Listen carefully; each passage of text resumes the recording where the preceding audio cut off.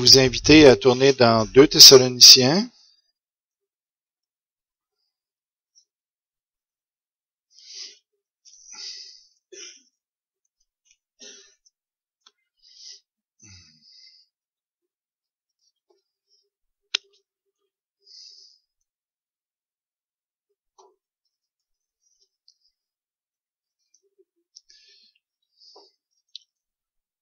Vous êtes là, ça va?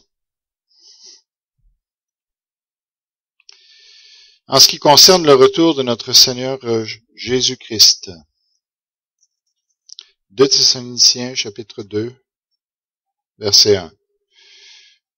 Donc, en ce qui concerne le retour de notre Seigneur Jésus-Christ et notre rassemblement auprès de lui, nous vous le demandons, frères et sœurs, ne vous laissez pas facilement ébranler dans votre bon sens, ni troubler par une révélation, par une parole ou par une lettre qui semblerait venir de nous, comme si le jour du Seigneur était déjà là. Que personne ne vous trompe d'aucune manière.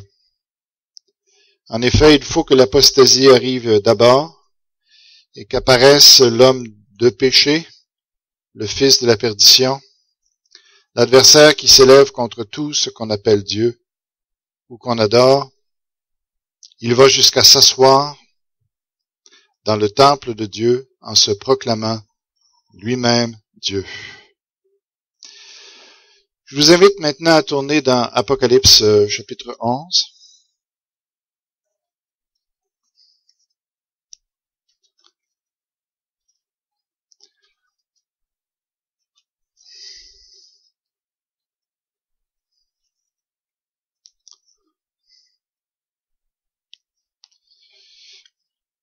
Verset 1, on me donna un roseau semblable à une baguette en me disant, « Lève-toi et mesure le temple de Dieu, l'autel et ceux qui y adorent. Quant au parvis extérieur du temple, laisse-le de côté, ne le mesure pas, car il a été donné aux nations, et elles piétineront la ville sainte pendant 42 mois. » Alors, juste pour faire un retour en arrière sur ce qu'on avait vu, à un moment donné, j'aurais plus besoin de le faire, j'imagine. Alors, comme j'ai dit, on ne sait pas le temps, où on est et combien de temps ça va prendre encore avant une période de 7 semaines qui va précéder le retour du Seigneur Jésus. Alors, je suis en train de vous décrire finalement cette semaine-là, ou cette moitié de semaine-là, 3 ans et demi, on est là-dedans, et on est en train de regarder qu'est-ce que Dieu va faire avec la nation juive, mais plus j'étudie ce texte-là, plus je suis pas convaincu du tout que c'est juste pour les Juifs, mais donc on a vu Élie qui va se présenter dans cette période-là.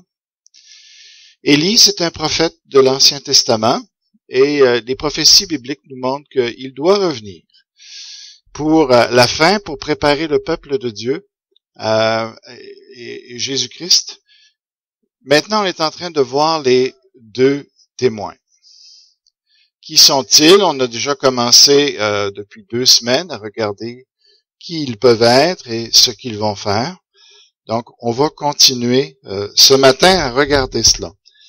Et puis, en même temps, on va s'arrêter sur certaines notions du texte pour vraiment se dire comment ça me touche, ça. Comment ça me regarde aujourd'hui, ce texte-là. Qu'est-ce que je peux faire avec ça dans ma vie personnelle avec ça? Donc, pourquoi je vous ai fait lire 2 Thessaloniciens d'abord? C'est pour vous montrer que l'Antéchrist va rentrer dans le temple, dans cette période-là. Apocalypse est en train de nous dire que le parvis va être envahi par les nations qui vont prendre Jérusalem. Alors, combien de temps on a pour avant de voir ça? On voit qu'il y a plein de choses qui sont en train de se produire en Moyen-Orient. En tout cas, je pense que c'est comment est-ce qu'on l'appelle? Pas le président, mais même pas le premier ministre. En Jordanie, c'est le roi, c'est un roi. OK. Alors, le roi de Jordanie est en train de parler d'une troisième guerre mondiale. C'est lui, c'est pas moi qui l'ai dit. Il est en train je sais pas sur quoi il se base, mais c'est juste pour vous dire que il y a des choses qui se brassent là, et puis ça va nous mener où? Dans ce sens-là, je ne veux pas m'aventurer dans trop de détails et tout ça. Mais ce que la Bible est claire, c'est qu'à un moment donné, le temple va se reconstruire à Jérusalem et l'Antéchrist, l'opposé, l'adversaire de Jésus-Christ, va venir pour faire exactement le contraire de ce que Jésus a fait. Il va chercher à détruire tout ce que Jésus a fait d'ailleurs. Okay? Mais il va s'opposer clairement à toutes les valeurs du christianisme, à tout ça. Il est en train déjà de détruire ça. Okay? C'est en train de se préparer. On est en train de sortir le christianisme de notre société. Ça fait partie du plan. Okay? Et puis, alors, lui va venir et il va, dans cette période-là, ça va être la pire période que l'humanité a connue. Okay? Il n'y aura rien de semblable. Tout ce que vous pouvez imaginer de terrible, ça va être encore plus terrible dans cette période-là. Okay? Avec que ce soit au niveau moral, que ce soit au niveau de la structure sociale, tout va être démantelé. Okay? Pourquoi je peux dire ça?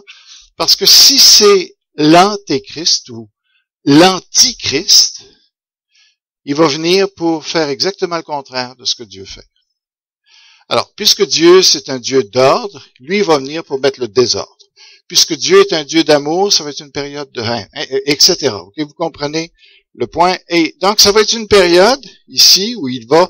Mais le texte nous dit, ici, que le temple va rester en place. Le parvis, ils vont rentrer dedans. Mais le temple, alors j'ai mentionné une notion, c'est que Dieu est à l'œuvre dans cette période-là pour préserver. Ça va aller jusqu'à un certain point, jusqu'où Dieu va vouloir aller. Mais en plus de ça, l'Antéchrist lui-même ne sera pas intéressé à ce que le temple soit détruit. Pourquoi, pensez-vous? Pardon? Parce qu'il prépare son retour. Parce qu'il prépare son retour, puis c'est que là qu'il va arriver. OK, là, là, on parle du retour de l'Antéchrist. Là, ma question, c'était pourquoi l'Antéchrist, pas Christ, mais l'Antéchrist, va vouloir garder le temple debout? Il veut s'asseoir dans le temple. Il veut s'asseoir dans le temple, mais pourquoi il veut s'asseoir dans le temple? Il veut se proclamer Dieu. Il veut prendre la place de Dieu. OK? Et c'est depuis, la Bible nous dit que Satan, au début, pourquoi il a été projeté sur la terre? Parce qu'il voulait prendre la place de Dieu. Hein? Il voulait avoir exactement le même honneur. Alors, il n'a pas changé d'idée. OK? C'est toujours la même chose qu'il veut. Puisqu'il ne pourra pas le prendre au ciel, puis juste avant ça, il y aura une guerre au ciel. OK? Il va s'essayer encore. OK? De prendre la place.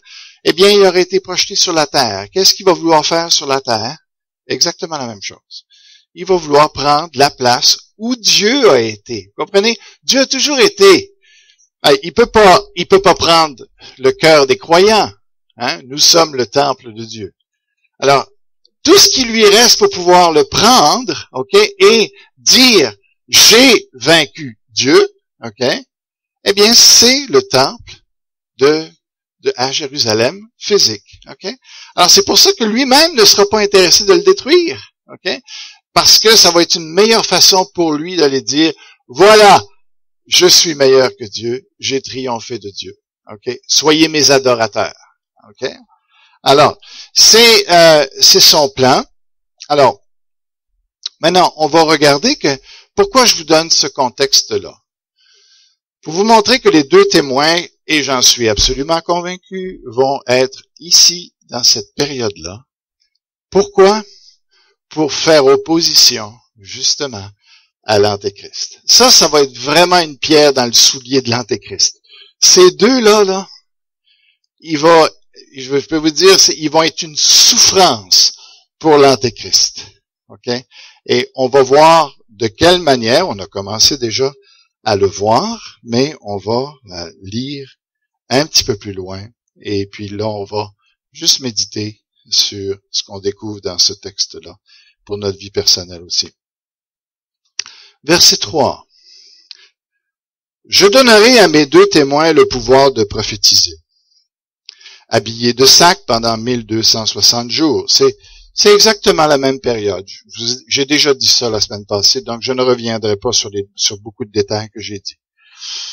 Ce sont les 2 oliviers, les 2 chandeliers qui se tiennent devant le Seigneur de la terre. Alors, juste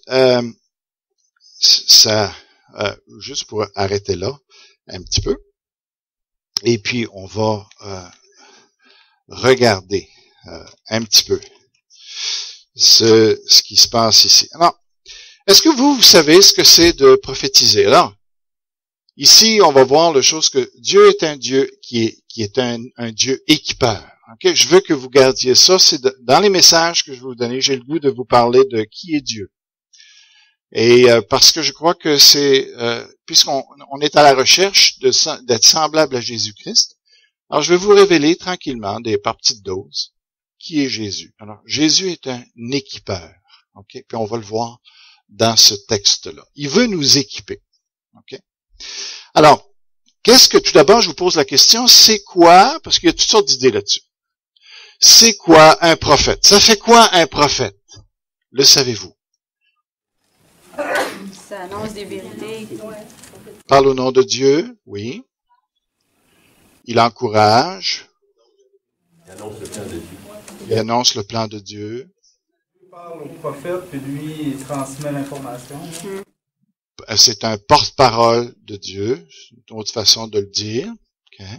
Il annonce des messages futuristes. Il annonce des messages futuristes parce que Dieu connaît l'avenir.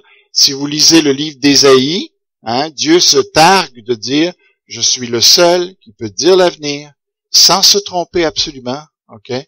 Et il dit « Trouvez-en un autre comme moi qui dit les choses avant qu'elles arrivent. » Okay?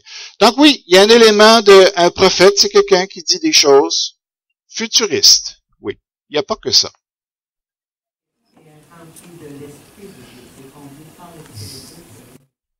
Oui, évidemment, oui. Il est tellement rempli de cet esprit-là venant de la part de Dieu, qui est comme invincible. Personne ne va pas le détourner. OK, là, tu parles... OK.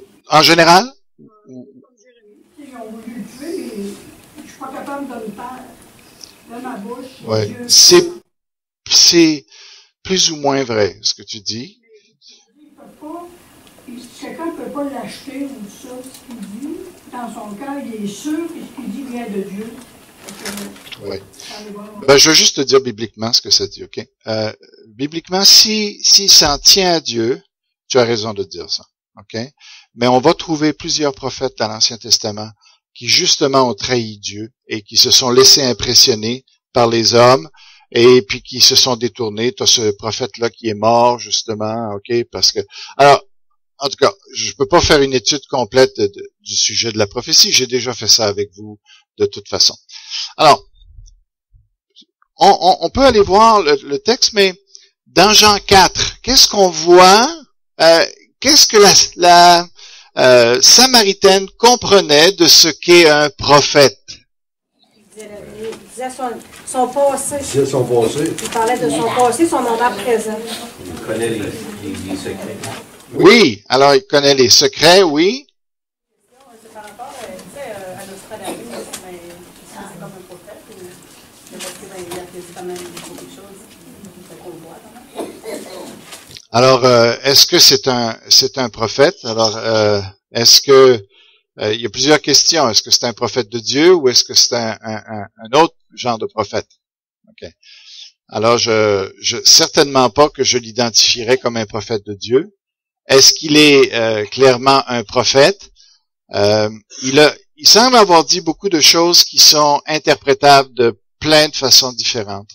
Alors, ça devient difficile à ce moment-là de savoir est-ce que tu te mouilles pas finalement. Si je te dis d'ici quelque temps il va neiger. Si je te dis dans 10 minutes la tempête va commencer, ça tu peux m'évaluer.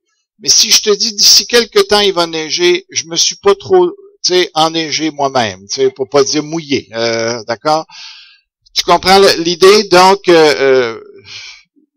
j'ai des problèmes avec Nostradamus, comme tu as pu... pour moi, je m'appuierais pas sur lui pour orienter ma vie, tout ça. Mais je lui donne le crédit, je le connais pas beaucoup. J'ai entendu juste des brides. Alors, c'est ça. Voilà ce que je pense sur Nostradamus. Bien, alors, dans Jean 4, si vous vous souvenez, alors Jésus rencontre cette femme au puits et il lui demande, est-ce que tu peux me donner de l'eau? Elle dit, comment ça se fait que toi qui es juif, tu me demandes de l'eau à boire? Il n'y a pas un juif qui s'adresse à une samaritaine d'habitude. Jésus lui dit, écoute, si tu savais qui est-ce qui te demande de l'eau, c'est toi qui lui aurais demandé de l'eau. Parce que moi, je peux te donner une eau qui va te satisfaire complètement. T'sais. Alors, là, on voit que, disons que elle se posait beaucoup de questions, comment il allait pouvoir faire ça, et tout ça. Et à un moment donné, elle comprenait pas ce que Jésus était en train de dire, et tout ça. Alors, Jésus est obligé de la sensibiliser sur son propre état de pécheresse, pour qu'elle réalise de quelle eau il parle, puis tout ça. Alors, vous connaissez l'histoire, bien sûr. Alors, finalement, il lui dit, va chercher ton mari. Et là, elle dit, j'ai pas de mari. Alors, là, il lui dit, non, c'est vrai que t'as eu 5 maris, puis celui avec, c'est quoi, 5 ou 4? 5 maris. T'as eu 5 maris, c'était pas mal quand même, elle croyait au mariage, on peut dire. Alors, 5 maris, puis celui que tu as présentement, c'est pas ton mari. Voyez-vous la différence quand même que Dieu fait, c'est intéressant. Et là, elle dit, je vois que tu es un prophète. Donc, un prophète, c'est quelqu'un qui voit ton cœur, qui voit ce qui se passe dans ton cœur, qui voit ce que tu es en train de penser. Ok? C'est quelqu'un qui peut entendre ce que Dieu lui dit, ok? Mais c'est quelqu'un aussi qui peut te sonder, qui peut voir ce qui se passe en toi. D'ailleurs, vous allez vivre l'expérience que si vous venez à l'église ici, vous allez vivre des fois des moments où des choses vont être dites. Et vous allez vous dire, comment est-ce qu'il fait pour savoir ça? Qui lui a parlé de ça? Plusieurs personnes qui sont venues me voir dans mon ministère de dire, y a-t-il quelqu'un qui te dit ce que j'ai fait, moi, là? Tu sais, c'est arrivé, là. Puis des fois, du monde fâché, là. Je veux dire, c'est Dieu qui t'a parlé. Oublie ça, là. Moi, je joue pas à l'enquêteur. Pasteur, c'est pas un enquêteur. OK? Alors, donc, un prophète, c'est quelqu'un qui voit les cœurs, qui voit la condition spirituelle des gens, ok, puis qui est capable de leur dire après ça ce que Dieu pense de ça. Et c'est ça que ce prophète-là, ces 2 prophètes-là vont faire. Et leur ministère est international. On voit ici, le ministère, ça va être au travers de toutes les nations. Pourquoi je peux dire ça?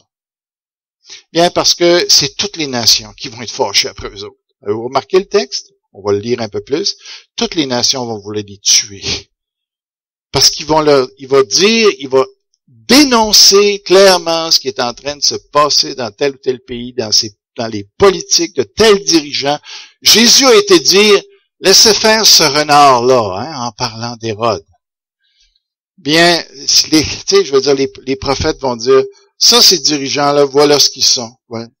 Pensez-vous qu'ils vont être aimés? Puis, c'est incroyable. Je veux dire, alors, c'est ce qu'ils vont faire. Puis Dieu les équipe pour ça. On va les équiper pour être des prophètes. Maintenant, il va les équiper, on a déjà vu la semaine passée, il va les équiper avec la parole. OK? Dieu va leur donner une prophétie ou des prophéties, la capacité de parler en son nom. Mais aussi des œuvres. C'est ça qu'on va voir ce matin. OK? Ils vont non seulement avoir la capacité de parler au nom de Dieu d'une façon exceptionnelle, mais aussi au niveau de leurs œuvres. Alors, on va les regarder, ces œuvres-là. OK? Il dit, au verset 6, on a déjà commencé avec, si on commence à les attaquer, qu'est-ce qu'ils vont pouvoir faire, mais au verset 6, ils ont le pouvoir de fermer le ciel, afin qu'il ne tombe pas de pluie durant le temps de leur prophétie. Ils ont aussi le pouvoir de changer l'eau en sang et de frapper la terre de toutes sortes de fléaux chaque fois qu'ils le voudront. Alors, Dieu va les équiper pour l'action qu'ils ont besoin d'entreprendre. Okay. Il faut bien comprendre ici que, au travers du livre de l'Apocalypse, il y a une intensité de jugement qui va se faire. Plus on s'en va vers la fin, plus les jugements sont sévères, sont durs, okay, vont impliquer du monde. On peut voir avec les sceaux, ça touche le corps, les trompettes, ça touche le tiers. Ici, on est dans les trompettes, okay, on est à la 6e trompette. Avec ce qui se passe ici avec les 2 témoins, vous êtes dans la période de la 6e trompette. Ce qu'on appelle aussi le 2e malheur. OK? Alors, ces 2 témoins-là, autrement dit, on est rendu, OK, dans un déjà très avancé dans le plan de jugement de Dieu sur les nations. Et là, on est rendu, et ce qu'ils vont faire, eux, c'est beaucoup plus puissant que ce qui se faisait avant. Pourtant, vous regardez ce qui s'est fait avant, hein, c'était déjà assez solide. Mais ces 2 témoins-là vont avoir une puissance supérieure à ça. Okay? Et on les appelle le 2e malheur, c'est pas pour rien, parce qu'ils vont infliger des jugements, les gens les trouveront pas drôles du tout, là. Okay? Mais, encore là, hein, c'est que Dieu met progressivement de la pression. Parce que là, on est rendu dans une étape où jusque-là, et c'est l'étape dans laquelle vous êtes, on est présentement, jusqu'ici, Dieu parle avec douceur. OK? Et on peut dire qu'il y a pas tellement de jugement, que Dieu tolère beaucoup de choses. Oui. OK? On est dans cette période-là. Et Dieu espère que vous allez choisir de l'accepter comme sauveur maintenant que ça va bien. Mais à un moment donné, il va commencer une période où là, il va commencer à mettre de la pression. Dire, si tu veux pas l'accepter par la conviction, la douceur, maintenant, je vais chercher à te convaincre par la rudesse ou la sévérité de qui je suis. Alors, rendu ici, ça va être solide au niveau des jugements qui vont se faire. Juste, ça donne un peu le contexte. Savez-vous de qui il s'agit? Qui sont-ils? Connaissez-vous ces 2 hommes? Il y a toutes sortes de points de vue qui ont circulé sur eux. Plus je les étudie, encore là, moi je suis convaincu que je sais qui ils sont. Pourquoi? Bien, là, je réfléchirai même pas sur la question d'Enoch et puis d'Élie. Pourquoi? Parce que on dit des choses avec ça, je pense qu'on n'a pas réalisé ou non, on n'a pas assez réfléchi pour savoir les implications de ce point de vue-là. Mais je ne veux pas aller là-dedans. Je veux juste peut-être aller avec Moïse et Élie. Pourquoi vous pensez que ça pourrait être Moïse et Élie, qui reviennent de la mort? OK. D'accord. Alors, le mont de la transfiguration, c'est les 2 personnages de tout l'Ancien Testament qui sont apparus avec Jésus. Mais il y a juste une petite chose à dire sur ce texte-là, c'est qu'on peut le prendre dans le sens que Jésus ici, pourquoi il est apparu avec Moïse et Élie? Non pas nécessairement parce qu'il doit apparaître avec eux. Parce que quand on parle de la transfiguration, on parle de Jésus qui arrive dans la gloire. Quand il va arriver dans la gloire, il ne sera pas juste avec Moïse et Élie. Vous comprenez? Il va être avec tout son peuple. Donc, tu sais, je veux dire, on parle d'une période avant justement que Jésus vienne dans la gloire. Vous comprenez? Juste des petits raisonnements comme ça pour que vous réfléchissiez par rapport à ça. Moi, j'ai pas étudié le texte encore en très grande profondeur, mais juste pour dire que Élie et Moïse semblent être plutôt l'indice que Jésus est l'accomplissement de toute la loi, de tout ce que Moïse a dit, et qu'il est l'accomplissement de tous les prophètes. Ça peut être la raison pourquoi il est apparu avec Moïse et Élie, pour montrer qu'il est l'accomplissement de tout. Que quand son royaume va entrer en fonction sur la terre, que tout ce que les prophètes ont dit, tout ce que Moïse a pu dire dans la loi, tout ça va être accompli en Christ. Hein? Alors, on peut simplement le voir comme ça. OK? Maintenant, d'autres raisons pourquoi ça pourrait être Élie et Moïse. Ben, c'est parce que le fait que Élie avait le pouvoir de fermer le ciel, parce qu'il avait retenu la pluie. Okay. Moïse, lui, les eaux en sang. C'est les deux indices auxquels on avait pour s'appuyer sur la thèse de Moïse et Élie et aussi la transfiguration. C'est et bien. aussi le fait que Élie n'est pas mort sur terre. Puis le fait que aussi Satan s'est servi, a voulu aussi voler le corps de Moïse. Ou en faire probablement un zombie à l'époque. Mais en tout cas, il y a eu une guerre entre Satan et l'archange Michel pour récupérer le corps de Moïse. Fait que c'est des indices, puis quelques commentateurs aussi à travers le monde s'appuient aussi sur cette thèse. Mais je ne l'appuie pas à 100%, mais là, je nous mets des doutes. Non. Non, mais j'aime pas mettre des doutes, j'aime juste qu'on réfléchisse. C'est tout. Mais j'aurais beaucoup de choses à répondre par rapport à ça, juste certaines nuances, ok, mais je ne veux pas trop rentrer là-dedans, mais c'est vrai, et il me semble que c'est évident que Dieu a voulu qu'ils aient un ministère qui soit semblable à ce que Élie a fait et à ce que Moïse a fait. Parce que c'est clair que ici, ces deux-là, mais juste petite nuance, les deux vont pouvoir fermer le ciel. OK? Pas juste Élie. OK? Alors, les deux vont pouvoir fermer le ciel, et ça, c'est vraiment une caractéristique d'Élie, OK? Où il a amené la sécheresse pendant 3 ans et demi. Vous pouvez lire ça dans Jacques 5, 17, OK? Où il a... donc, et les deux ont aussi le pouvoir de changer l'eau en sang. Et ça, l'eau en sang, c'est vraiment les caractéristiques de Moïse quand il a fait sortir le peuple d'Égypte. Mais ça, c'est même pas... C'est une des plaies? Oui, c'est la première. OK. Alors, donc, il y a eu 10 plaies par la suite, et Moïse a frappé de fléau l'Égypte. On connaît l'histoire. Ceux-ci vont faire sensiblement la même chose, mais pas juste l'un et l'autre. Moïse ici, ou en tout cas si c'est Moïse, maintenant, les deux ont la capacité d'envoyer n'importe quel fléau sur la terre. Okay? Donc, il y a une ressemblance, mais il y a aussi une distinction à remarquer. OK? Pourquoi est-ce qu'on cherche intentionnellement, Dieu est en train de nous dire, avez-vous remarqué les similarités avec des bonhommes de l'Ancien Testament? C'est ça que Dieu est en train de dire. Avez-vous remarqué les liens? Est-ce que ça ressemble à quelque chose que j'ai déjà fait? Alors, oui, on peut répondre, oui, Seigneur, oui, c'est vrai. Il semble que Moïse et Élie ont fait des choses pas mal semblables à ça, comme le feu qui est sorti pour... Tu sais, ça ressemble à ce qu'Élie avait fait aussi. Est-ce que ça veut dire que ce sont Élie et Moïse? Peut-être. Mais une chose est sûre, je pense que c'est en train de dire deux choses très claires quand on médite la chose. C'est que on est dans une période où l'idolâtrie va être répandue sur toute la terre. OK? Quel a été le ministère d'Élie? Quel était le centre du ministère d'Élie?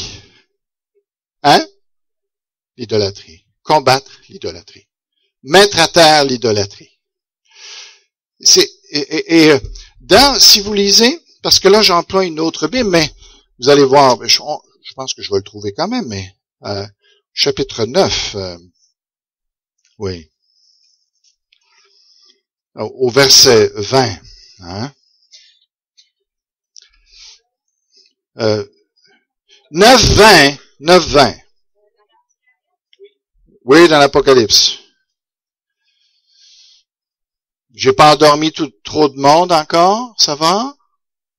Ça va? Bon, OK. J'essaie de vous faire participer. J'ai un truc pour vous. Hein. Si vous commencez à dormir, levez-vous, puis donnez un commentaire sur ce qui est on a lu. OK? Ça va aider. Un commentaire. Oui, vas-y. Alors, Alors, t'as pas le droit de parler. si j'ai une question à poser, puis là, ça prend quasiment une réponse. Est-ce qu'on est obligé d'avoir 2 personnes témoins? Parce que nous autres, comme des fois on dit, on n'a pas la capacité de tout comprendre. Qu'est-ce que Dieu va faire dans la vie? Oui. Est-ce que c'est vraiment 2 témoins qui étaient avant, Ou ça peut être complètement deux C'est témoins. ça. Ça peut être deux témoins qui ont des ministères semblables à ceux que Élie et Moïse avaient. OK? Un exemple. Je ne sais pas de à quoi tu fais allusion. Oui, mais l'ange qui s'est levé combattu justement pour avoir le corps qui est puissant. C'est pas un ange. Ah oui, OK. C'est beau. Oui, non, je comprends pas. Mais c'est pas grave. C'est sans doute très intelligent, par exemple. Mais je vais juste continuer, c'est parce que je veux pas me perdre. Tu comprends-tu? Alors, OK, au verset 20, ça dit, « Les autres hommes, ceux qui n'avaient pas été tués par ces fléaux, ne se détournèrent pas de ce que leurs mains avaient fait. Ils ne cessèrent pas d'adorer les démons et les idoles en or, en argent, en bronze, en pierre, en bois, qui ne peuvent ni voir, ni entendre, ni marcher.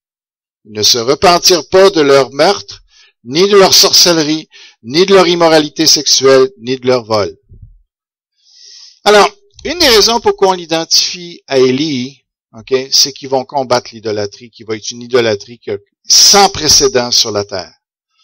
OK? Tout ce qui prend la place de Dieu dans notre cœur, c'est un idole. Parce que Dieu devrait pouvoir nous combler. OK? Mais ça ne veut pas dire qu'on ne peut pas faire usage de tout le reste. On peut faire usage de la nourriture, on peut faire usage de la sexualité, on peut faire usage de l'amitié, etc. Dieu n'a rien contre ça. Mais c'est lorsque ça prend la place que Dieu doit avoir dans notre vie. Et tu sais, et il veut qu'on trouve en lui notre plaisir. Si on trouve notre Bible, lire la Bible, c'est plate. Ça veut dire que notre vie est bourrée d'idoles. Quand on est comme ça, que notre Bible, c'est la dernière chose qu'on a envie de faire dans la journée, on est bourré d'idoles. Comprenez? C'est sûr qu'il y a plein d'autres choses qui sont en train d'être vécues à l'excès, dans lequel tu cherches ton bonheur, dans lequel tu cherches ta satisfaction. Puis Dieu dit, mais où est-ce que ma place là-dedans, elle est où? Puis à un moment donné, Dieu va réclamer la place qui lui est due, de dire, écoute, tout ça, c'est des cadeaux que je te donne. Mais je veux d'abord que tu me trouves moi. OK? Alors, ça, c'est bien, bien important. Et Dieu va combattre dans cette période-là.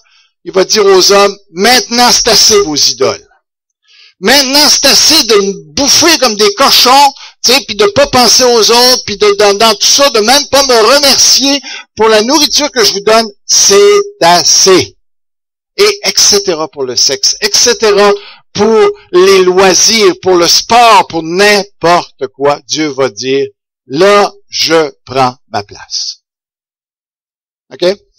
Mais il n'y aura pas juste ça dans cette période-là qui va se faire, que Dieu va vouloir. Pourquoi Moïse? Et Moïse, quelle a été sa fonction? Sortir le peuple de l'esclavage.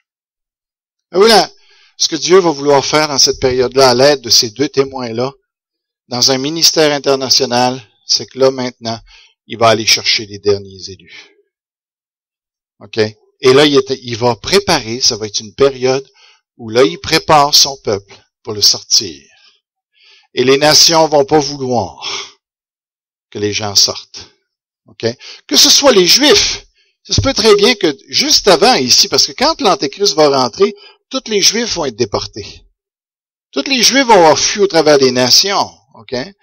Alors, les deux témoins peuvent avoir un ministère, comme Moïse, qui dit, maintenant, je vais faire sortir mon peuple par ma puissance. Mais toutes les nations vont faire objection à ça. T'sais, vont vouloir dire, il n'est pas question qu'un Juif revienne en Israël. Mais Dieu va s'organiser, dire, je vais envoyer mon Moïse maintenant. Et vous allez être obligés de me donner mon peuple. Et c'est aussi, il prépare l'enlèvement, je pense. OK? Alors, maintenant, avez-vous remarqué d'autres choses dans ce texte-là? C'est vraiment fascinant, les Écritures. Oui, alors on va retourner dans Apocalypse 11, si vous voulez bien. Mais là, ça prend de regarder un petit peu. J'ai pas mal d'avantages sur vous, puisque je l'ai regardé pas mal longtemps. C'est pas parce que je suis plus intelligent, mais qu'est-ce que vous pouvez voir dans 6, c'est assez difficile à voir, je vous le concède. Ça prend de connaître bien sa Bible et de réfléchir pas mal. Le ciel va être fermé. Oui. Mais pourquoi ce genre de fléau-là est montré? Comme dans le fléau de l'Ancien Testament. Oui. Oui. Démontrer sa puissance, que Dieu là va vraiment montrer quelle puissance il peut avoir, puis comment est-ce qu'il va ramener comme c'était au départ. Oui. Mais c'est quoi? Il va prouver que c'est lui qui est Dieu. Oui. Oui, Romanise? C'est juste pour montrer que Dieu ne change pas. Il ne change pas. C'est d'excellentes pensées. OK? J'aimerais, juste pour pas qu'on prolonge trop, il y a un lien entre les jugements que Dieu va donner et ce que les hommes faisaient avant. OK? Par rapport aux deux prophètes, il dit, ils vont vouloir tuer les prophètes. OK? Alors, le texte dit, il faut, parce que le feu va sortir de la bouche des prophètes, j'ai expliqué ce que c'est. Alors, et puis, pourquoi? Il faut qu'ils soient tués de la même manière. C'est-à-dire que ce que ces gens-là vont avoir voulu faire, Dieu va être dans une période de vengeance où là, il dit maintenant, ce que vous avez voulu faire aux autres, je vais vous le donner à vous. OK? Donc, ce qu'on voit ici, même avec l'eau en sang, OK? Alors, il va leur donner à boire, quoi? Du sang. Pourquoi? Parce que c'est une période où les gens vont être extrêmement criminels. Et tous ceux qui n'ont pas pensé à l'eau. Et puis on peut même faire le lien d'un peu plus loin parce que Dieu va assez loin. Qu'est-ce qu'on fait avec notre eau? Alors qu'on fait mourir plein de gens qui n'ont pas d'eau à boire. Alors, moi, ici, ce texte-là, même les différents fléaux qui vont être donnés, OK? Vous avez fait ça aux autres. Maintenant, je vais vous faire subir ce que vous aviez planifié de donner aux autres. OK? Alors, il y a toutes sortes de choses, là, puis même par rapport à ce que les hommes font aujourd'hui, qu'ils ne pensent qu'à eux, tu sais, qu'ils exploitent des populations entières, puis, OK? Et ils les font mourir littéralement. Dieu va à un moment donné dire, c'est assez. Vous avez voulu faire ces choses-là envers les hommes, maintenant je vais vous donner ce que vous vouliez faire aux autres. OK. Vous méditerez ça un peu, parce que il y a autre chose là-dedans. Une autre caractéristique qui fait que ces deux témoins-là sont différents de Élie et Moïse. Dans l'Ancien Testament, et vous avez remarqué que Élie et Moïse, c'est par la prière. Dieu disait, par exemple, à Moïse, tu vas envoyer les poux, tu vas envoyer les mouches venimeuses, tu vas envoyer, Il lui disait avant, et Moïse disait, OK, j'y vais, puis, il faisait la chose. Élie, même chose. Élie, c'est suite à la prière, Dieu lui montre qu'il va avoir une famine, OK? Et maintenant, Élie il prie pour qu'il y ait la sécheresse. Ces deux hommes-là, c'est pas comme ça. Ces deux hommes-là ont le pouvoir de faire ce qu'ils veulent. OK? Ils auront même pas besoin de demander à Dieu ce qu'ils ont besoin de faire.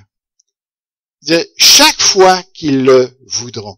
Dieu va leur donner le pouvoir de faire absolument, d'arrêter les nuages, d'empêcher le vent. Il n'y aura plus de vent pour que les nuages circulent.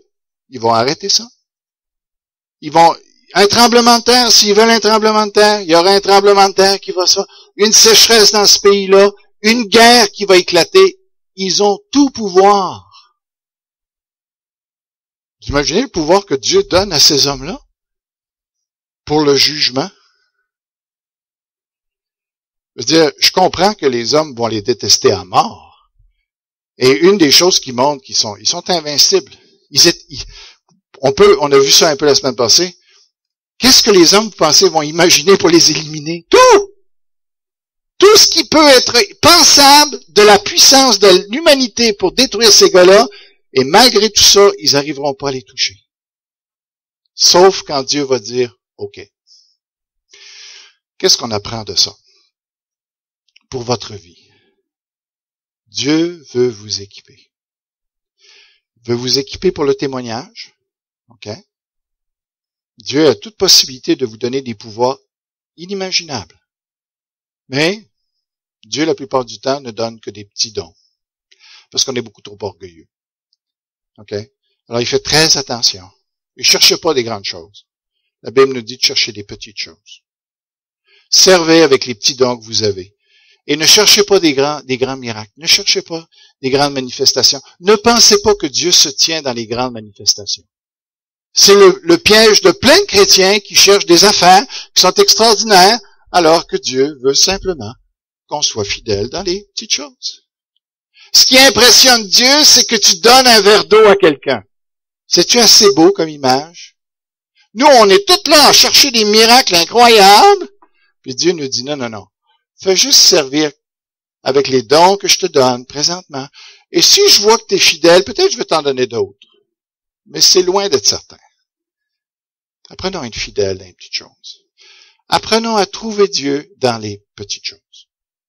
OK? Dieu est à l'œuvre parmi nous. Mais c'est sûr que si on regarde les grandes choses, on se dit, mais où est-ce que Dieu est? Non. Mais regarde dans les petites choses et tu vas trouver Dieu. OK? Dans ce cas-ci, Dieu donne des choses incroyables. Dieu peut équiper de manière incroyable. Bon, j'ai pas de problème avec ça. Mais s'il nous a équipés avec des petites choses, soyons contents, c'est tout. C'est ce que Dieu veut, le contentement.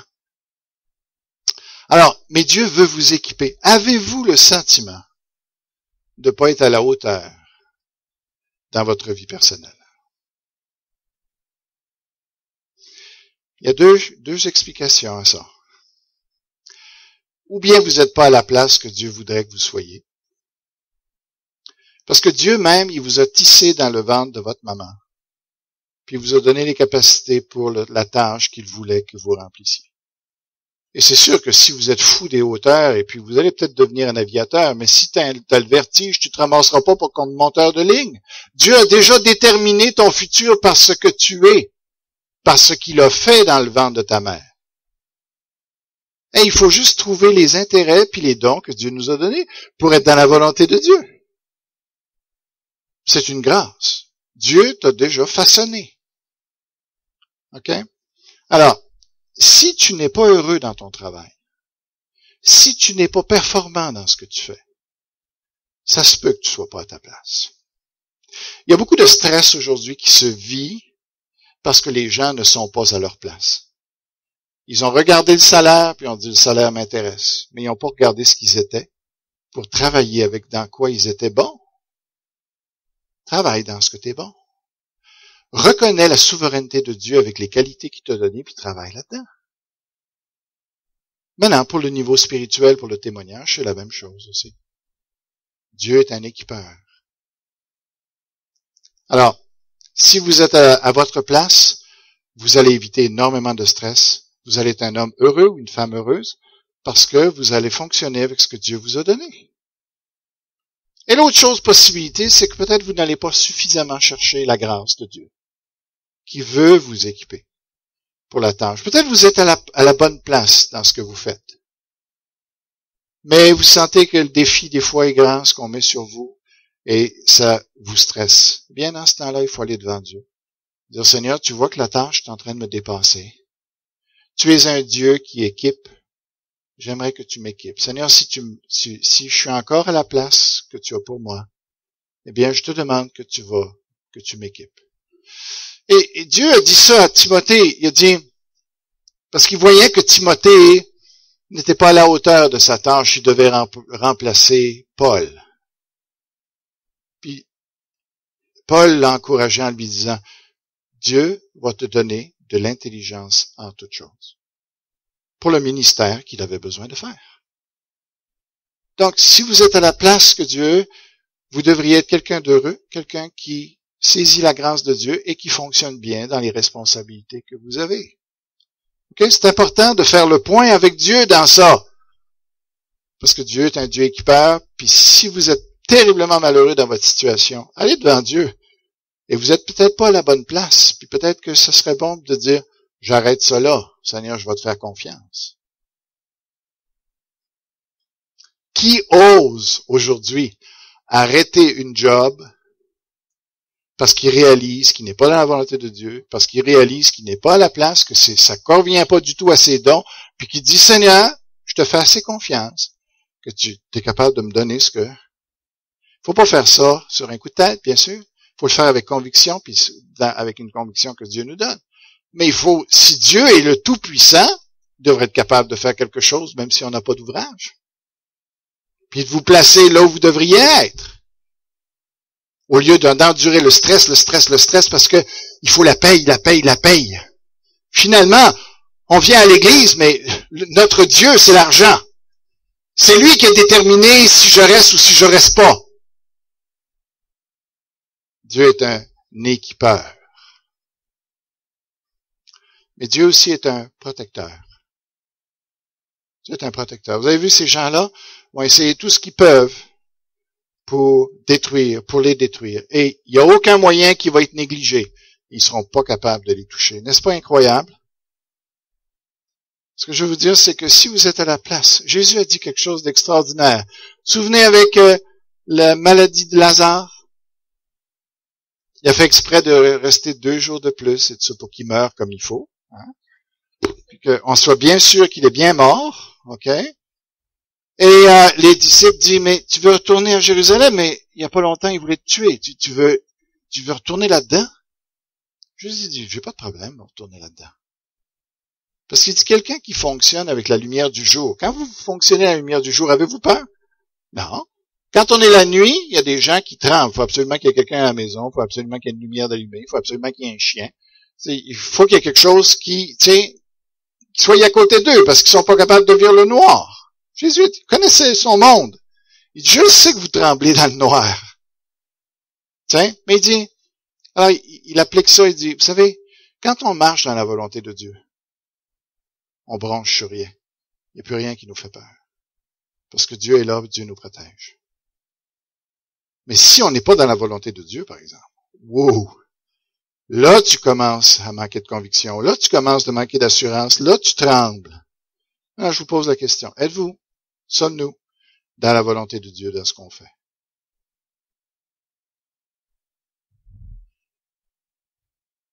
Et est-ce que Dieu doit vous garder là jusqu'à votre mort? Non. Dieu va vous donner, et il n'y a aucun ennemi, il n'y a aucun collègue de travail qui peut compétitionner avec vous, qui peut vous enlever. Si Dieu vous a placé là où vous êtes, il n'y a personne. Des fois, dans mon ministère, si je vois des gens plus doués que moi qui surgissent, plus connaissants que moi, je pourrais être en insécurité. Je pourrais me dire, bon, peut-être qu'un jour, à un moment donné, l'Église va demander quelqu'un d'autre. Non. Oui, peut-être. Mais je suis à la place que Dieu a pour moi, et je dois me dire, non, Dieu m'a placé ici, et tant que Dieu va me vouloir ici, je suis invincible. Je suis indécrottable. OK? Je suis à ma place. C'est Dieu qui donne les choses. C'est tout. Si vous êtes dans une situation où Dieu est avec vous, il n'y a personne qui peut vous faire du mal, vraiment. Ce qui va vous arriver, c'est juste des perfectionnements. Pas du mal. Des perfectionnements. Maintenant, oui.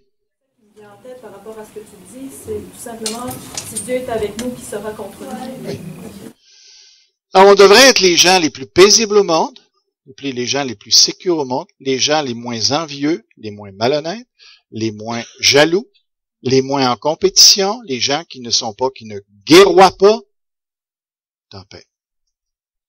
On sait que Dieu est là. C'est un cadeau. C'est vraiment un cadeau d'être un chrétien. Alors, maintenant, quand Dieu va dire, maintenant ton ministère est fini ici. Les gars sont morts. Alors, remarquez au verset 7, au début du verset 7, il dit, quand ils auront fini de rendre leur témoignage. J'ai dit la semaine passée que si vous êtes là où vous êtes, j'espère que vous êtes là parce que vous avez compris que vous devez être des témoins dans ce monde. C'est pour ça que vous vivez.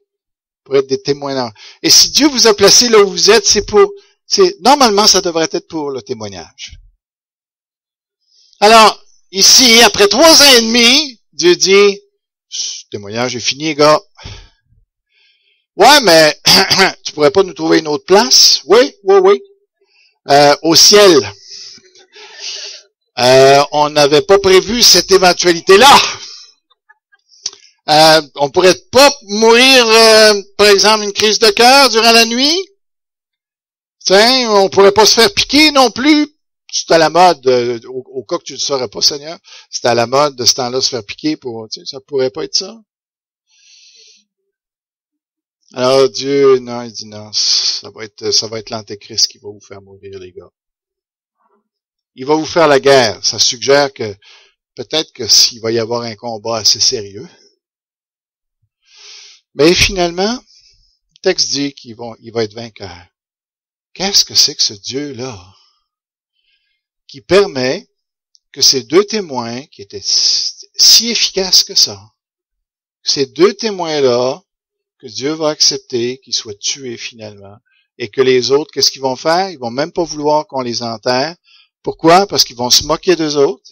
Parce qu'ils vont dire, ils vont pouvoir avoir une preuve tangible de dire, on les a eus maintenant. Ça fait 3 ans et demi qu'on court après, qu'on veut les tuer parce qu'ils nous embêtent la vie, parce qu'ils nous ont tout ravagé. Ils gâchent notre plaisir. Ça va être la fête, puis là, ils vont garder le corps, c'est leur trophée, ça va être le, voici, on les a vaincus. Puis en même temps, ils vont dire, on a vaincu Dieu. Dieu va accepter toute cette humiliation-là. Hein? Puis ces gars-là pourraient discuter avec Dieu au ciel, de dire, mais c'est ça? On a été fidèles et tout ça. Comment ça se fait que tu as permis qu'on meure d'une façon tragique, comme ça? C'est une honte pour toi. On était là pour honorer ton nom. Qu'est-ce que tu fais, Dieu? Dieu va dire, l'histoire n'est pas finie. Mais vous savez que l'histoire n'est pas finie dans votre vie non plus, hein? Peut-être que vous arrivez dans votre travail, puis vous comprenez pas, vous perdez votre job, ça marche pas. Là, je veux dire, il faut changer de direction. Puis vous avez des questions avec Dieu. Pensez-vous que ces gens-là, hein, tu sais, si on avait pu les interviewer, peut-être qu'il y aurait eu des questions aussi pour Dieu. Qu'est-ce que tu fais là? Tu nous as-tu désapprouvés quelque part? On a-tu péché contre toi pour que tu nous abandonnes comme ça? Non, on va dire, non, c'est mon plan, les gars. J'ai la liberté de faire en sorte que vous étiez là pour 3 ans et demi, puis c'est fini maintenant. Bravo, vous avez fait votre job. Puis dans votre travail, dans votre métier, frères et sœurs, c'est la même chose. Vous êtes des témoins, puis à un moment donné, Dieu peut dire, c'est assez ici. Tu as fait ce que tu devais faire. Tu as rendu témoignage, soit par ta conduite, par ta qualité de ton travail. Tu as rendu témoignage, puis Dieu dit, c'est fini. Maintenant, j'ai autre chose pour toi. Ouais, mais Seigneur, montre-moi-le tout de suite, là, parce que là, je suis panique. C'est la misère, là. Tu sais comment je vais payer les factures.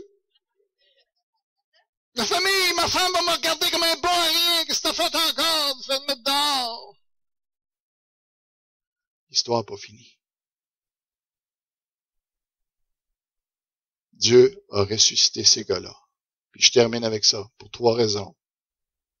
Premièrement, pour que Dieu fasse à l'humanité, à dire, vous les avez pas eus.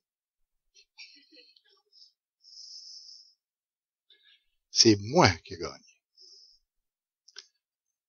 Oui. La même reproduction que Jésus quand il était sur terre, puis les scribes et les pharisiens, ils étaient assis dans le temple et disaient, on l'a eu. Exactement. Exactement. Alors, ils vont y fermer la bouche. Là, ça a crainte. Là, ils vont dire, là, ils sont vraiment invincibles, les gars. Là. Et puis, moi, on a tout essayé, là. Qu'est-ce qu'ils vont nous faire maintenant? As-tu vu ce qu'ils nous ont fait pendant 3 ans et demi, maintenant qu'on les a tués puis qu'ils sont ressuscités? Et on n'a pas fini avec eux autres. Première raison. Deuxième raison, parce que Dieu va dire, quand tu vas les enlever au ciel, pourquoi est-ce qu'ils les ont ramenés sur la terre avant de les emmener au ciel? Tu n'es pas obligé de faire ça. Mais il a voulu les montrer au monde. Hein? Regardez, ils sont vivants, les gars. Vous n'avez pas gagné. Là, il les enlève devant eux. Il s'assure que tout le monde voit qu'ils sont... Puis qu'est-ce qu'il veut dire par ça? Il va leur dire, ça, il est en train de leur dire, eux autres, ils ont fait le bon choix. C'est ça que ça veut dire.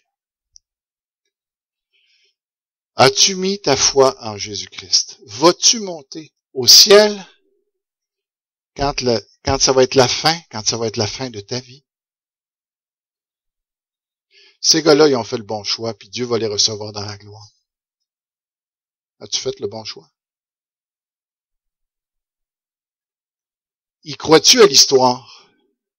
Ces gens-là étaient peut-être ceux qui disaient, montre-le-nous, y a-t-il quelqu'un des morts qui a ressuscité? Comme souvent on m'a dit, y a-t-il quelqu'un qui est venu nous parler des morts, là? Dieu va dire, oui. Regarde, devant vous, il monte, là. Troisième des choses que Dieu va faire avec tout ça. Le texte le dit à la fin, et Dieu sera glorifié. Voyez-vous? Alors, la raison pourquoi vous vivez ce que vous vivez, et des fois vous comprenez pas pourquoi vous passez par telle épreuve, pourquoi déception, pourquoi vous passez par, l'insuccès. Mais souvenons-nous d'une chose. Dieu, son but, c'est de se glorifier au travers de nous. OK? Attendons la fin de l'histoire avant de se décourager. Dieu peut permettre qu'on connaisse des choses que, oh, Seigneur, je ne me serais pas attendu à ça. Non, mais regarde. Tu vas voir, à la fin, tu vas voir que c'était bon. OK? Alors, que Dieu vous bénisse. Et on va terminer par la prière. Seigneur, que tu puisses vraiment utiliser ce qui a été dit ce matin pour nous fortifier, nous montrer que tu es un Dieu équipeur, que tu es un Dieu protecteur, mais que tu es aussi un Dieu qui est triompheur ou triomphateur. Seigneur, merci, je te prie qu'on puisse le vivre abondamment. Dans le nom de Jésus. Amen.